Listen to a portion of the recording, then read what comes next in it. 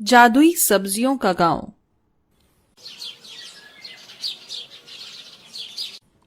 बाबा, ये तस्वीर कैसी है? ये तो आप और दादाजी हो ना? बाबा, आप तो जवानी में कितने अलग थे। ये क्या है? ये आसमान से मिर्ची, लहसुन और नींबुओं की बारिश कैसे हो रही है? तुझे ये कहां से मिली? ये तस्वीर तो मुझे मेरी जान से प्यारी है, क्योंकि ये मेरी जादुई सब्जियों के गांव की जो है। जादुई सब्जियों का गांव? भला ये कौन सी जगह है? तू ये सोचने से कभी नहीं समझ पाएगा कि ये जादुई सब्जियों का गांव कौन सी जगह थी। मैं बताता हूं। आज से पूरे 40 साल पहले नीलम गांव जादुई सब्जियों का गांव हुआ करता था। उस गांव में पेड़ पौधे, घर, सड़क, स्कूल, यहां तक कि नदियां वगैरह में भी पत्थरों की जगह सब्जियां ही पड़ी हुई होती थी। कोई बैंगन के घर में रहता था तो कोई कद्दू के। सभी अपना जीवन खुशी खुशी बिता रहे थे। उस गांव के पुरखों के अच्छे कर्मों और साफ नियतों की वजह से एक परी ने खुश होकर उस गांव को जादुई सब्जियों का गांव होने का वरदान दे दिया था। सभी खुशहाल जीवन बिताते थे। अरे, आज फिर से जादुई सब्जियों की बारिश होने का दिन है। सभी अपनी अपनी छतों पर बर्तन रख देना। परी माँ की कृपा से जो भी सब्जी बिना जमीन को छुए बर्तन में गिरी, वही सब्जी बेहद किफायती हो जाएगी। उसे खाने से हर बीमार की बीमारी का इलाज हो जाएगा। अरे, हमें तो जैसे ये पता ही नहीं था। अरे, ज्यादा मेरा मजाक मत बना। जादुई सब्जियों की बारिश शुरू होने वाली है। सुना है इस बारिश में बरसी हुई एक ही सब्जी की कीमत गांव से बाहर 20,000 रुपए है। सच में? क्या? हाँ, चल चल भाई, तो घर चलते हैं। घर जाकर मैं खूब सब्जियां जमा करूंगा और उन्हें बेचकर अमीर बन जाऊंगा। ऐसे बोलकर वो दोनों ही आदमी अपने अपने घर को चले गए और सब्जियों की बारिश होने का इंतजार करने लगे। वहां हर महीने जादुई सब्जियों की बारिश होती थी, जिससे सभी को बहुत मुनाफा होता था। लेकिन इस बार शाम हो चली थी, पर सब्जियों की बारिश नहीं हुई थी। सभी घरों में उदास थे कि तभी कश्यप को अपने खेतों में एक घोड़ा सब्जियां खाता हुआ दिखाई दिया। अरे तेरी भैंस की पूछ, एक तो आज सब्जियों की बारिश नहीं हुई है और ऊपर से ये घोड़ा मेरी फसल को खा रहा है। अभी बताता हूँ। कश्यप डंडा लेकर भागा। उसे ऐसे अपनी तरफ को भागते हुए आते देख घोड़ा डर गया और वो भी भागने लगा। पोनी रुको, पोनी। अच्छा जी, तो ये आपका घोड़ा है। मोहतरमा, इसे संभाल कर जरा रखो और मेरे खेत में किसकी इजाजत से इसे लेकर घुसी चली आई? मैं माफी चाहती हूँ बिना पूछे आने के लिए, लेकिन मेरी पोनी भूखी है। इसे अपने गांव से कुछ सब्जियां खाने को दे दीजिए। क्यों दो? अरे, अभी इतनी सारी सब्जियां तूने इसे ठुसाई है, क्या वो कम है? मेरे पास देने को कुछ नहीं है। निकल जा अपने घोड़े या घोड़ी जो भी है ये, इसको लेकर। ऐसा मत कहिए, हमारे ऊपर थोड़ी सी तो दया कीजिए। अरे निकल भी। कश्यप ने सोना को धक्का मारकर अपनी जगह से भगाया। उनकी आवाज सुनकर आसपास के लोग भी अपने घरों से निकल आए थे। सोना ने बाहर वालों से भी अपनी घोड़ी के लिए खाना मांगा, लेकिन किसी ने उसकी मदद नहीं की। अंत में सोना को गुस्सा आया और उसने अपना असली रूप सभी को दिखा दिया। अचानक ही उसका रूप बदला और उसके सुनहरे रंग के पंख निकल आए। उसके मैले कुचैले कपड़े भी सुनहरे सुंदर गाउन में बदल गए और सोना सुनहरी रोशनी की तरह ही चमकने लगी। ऐसे ही उसकी घोड़ी का भी रूप बदला और वो भी एक सुनहरी पंखों वाली घोड़ी में ही तब्दील हो गई। कौन हो तुम? मैं हूँ परिलोक की राजकुमारी, रानी परी, देवी की बेटी, जिसने तुम्हारे गांव को वरदान दिया था। उन्हीं का अंश हूँ मैं, सोना। रानी परी देवी का नाम सुनकर सभी गांव वालों ने सोना के आगे अपने घुटने टेक दिए। सभी को बुरे वक्त का अंदाजा हो गया था। सोना परी, अरे हमें माफ कर दीजिए। आपको जितनी भी सब्जियां यहाँ से लेनी है आप ले लीजिए, लेकिन हमें माफ कर दीजिएगा। नहीं, अब मुझे यहाँ से कुछ नहीं चाहिए। तुम सभी बहुत बुरे हो। तुम गांव वालों के पास ये जादू तो है, लेकिन तुम इसके हकदार नहीं हो। तुमने जब ये देखा कि तुम्हें मुझसे खतरा है तो तुमने मुझे ये सब्जियां लेने की इजाजत दी, लेकिन अगर मैं कोई आम इंसान होती तो शायद तुम लोग कभी मुझे यहाँ से कुछ ना लेने देते।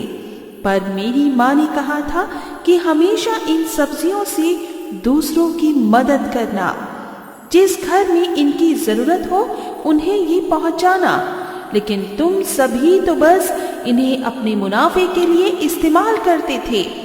तुमने कभी भी किसी दूसरे के बारे में नहीं सोचा और इसी वजह से आज मैं तुम्हें श्राप देती हूँ। तुम्हारा ये सब्जियों का गांव पूरा बर्बाद हो जाएगा।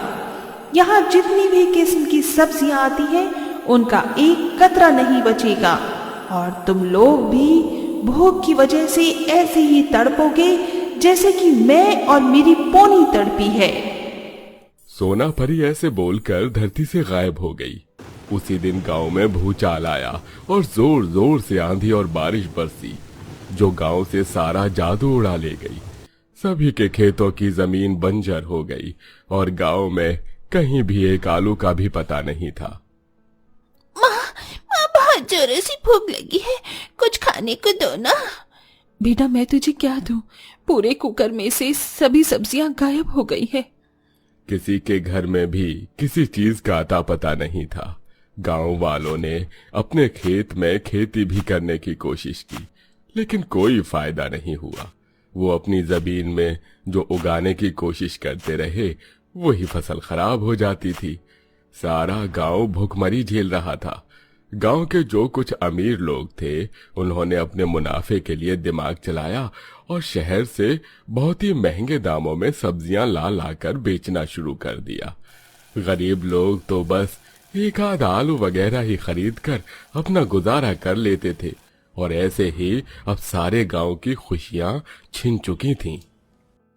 हमने भी वो दौर देखा था, लेकिन मेरे बाबा ने हमें उस गांव में नहीं मरने दिया।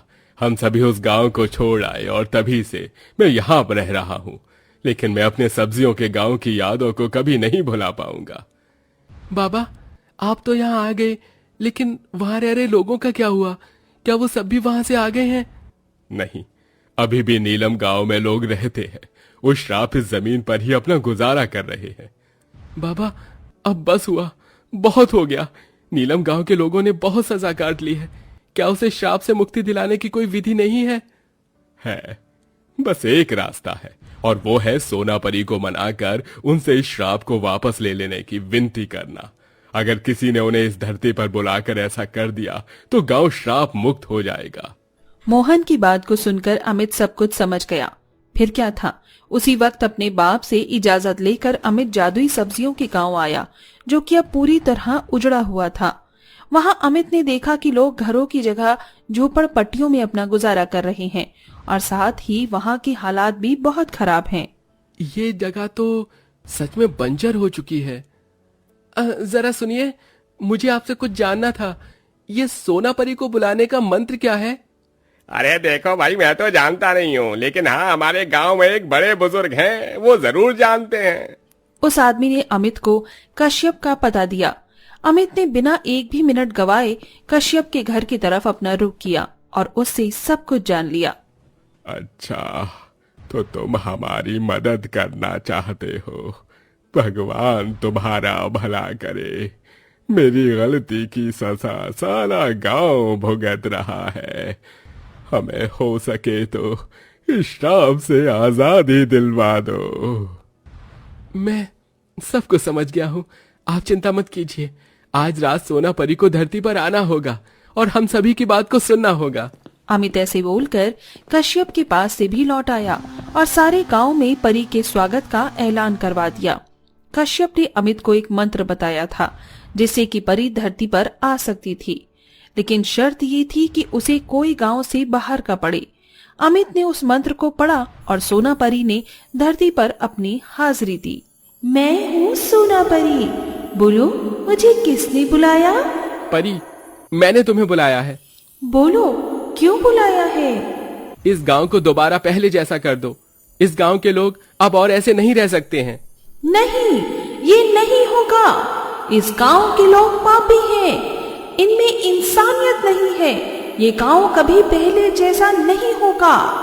ऐसा मत कहो परी, परियों का दिल तो कोमल होता है। जो लोग पापी थे उन्हें अपने पापों का एहसास है और अब बहुत समय हो गया है इन्हें इस सजा को झेलते हुए। हर चीज का एक समय होता है, अब इन्हें इस तकलीफ से आजादी दे दो। अमित की बात सुनकर परी चुप सी रह गई और थोड़ा सा सोचकर बोली, तुम ठीक कहते हो, लेकिन मैं इन लोगों को जब तक श्राप से मुक्त नहीं करूंगी, जब तक ये ऐसी गलती दोबारा ना करने की कसम खाएं। इन्हें ये गांव विरासत में मिला था, जिसको इन्होंने घमंड और लालच में आकर खो दिया, लेकिन मैं इसे दोबारा वरदानी कर दूंगी।